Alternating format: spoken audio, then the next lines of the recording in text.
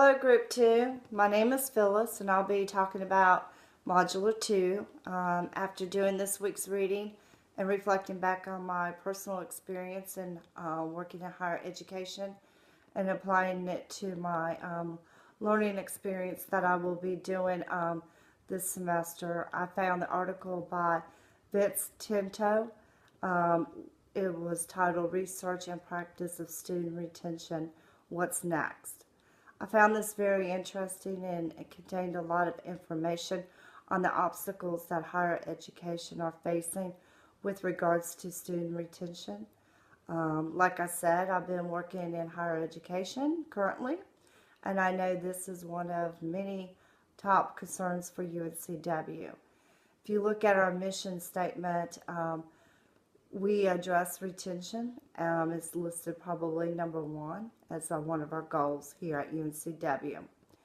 UNCW takes pride in being above the national average, and I think this has a lot to do with the various programs or engagement opportunities that we have available here on campus.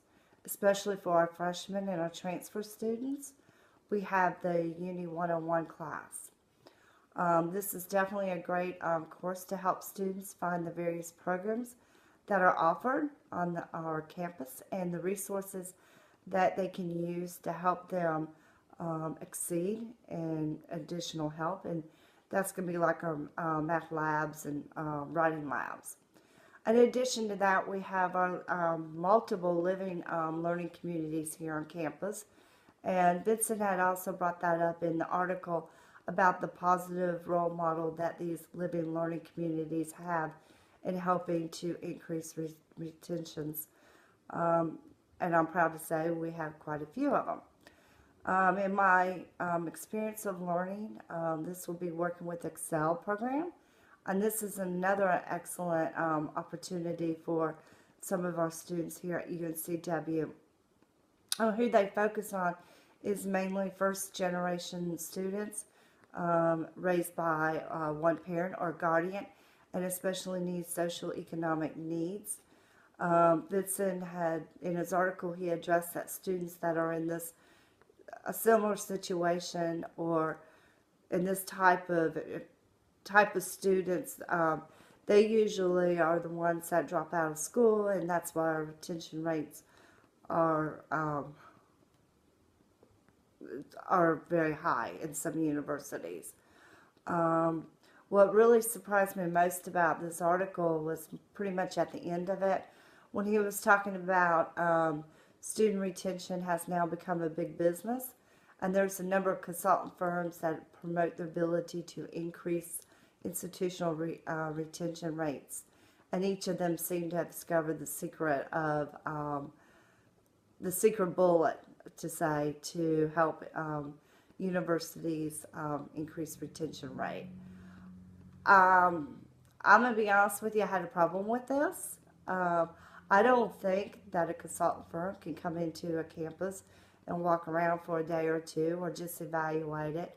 I don't think they have the skills per se to be able to look at a problem, this huge problem, and come up with a solution that fits all universities. I believe that's going to be totally up to the individual universities.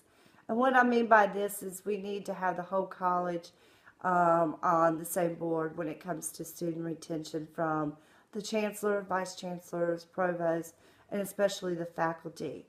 In Vincent's article, he brought up the faculty was the number one reason students' retention rate is high at a university, is because of the outstanding job faculty member does and the role that they play on students' journey through higher education. But to me, I think it's going to have to be, I think what it is we as a university has to look at the environment ourselves, our personal environment. What kind of people are we serving? What kind of needs do they need? Their financial aid information, do they need assistance? How can we better fit them with scholarships or just help them out financially? they just need to look at the whole environment, to me, of the student population that they're serving at the time. And of course, I think it's the faculty and the staff and just everybody that's on campus in general, because our main goal is to provide a rewarding and memorable journey through higher education, for they will continue their education after they get their undergrad or become successful in life. And I think that's what he was pretty much saying in his article, that it is an issue and we need to address it. But I don't think consultant firms are the answer for that.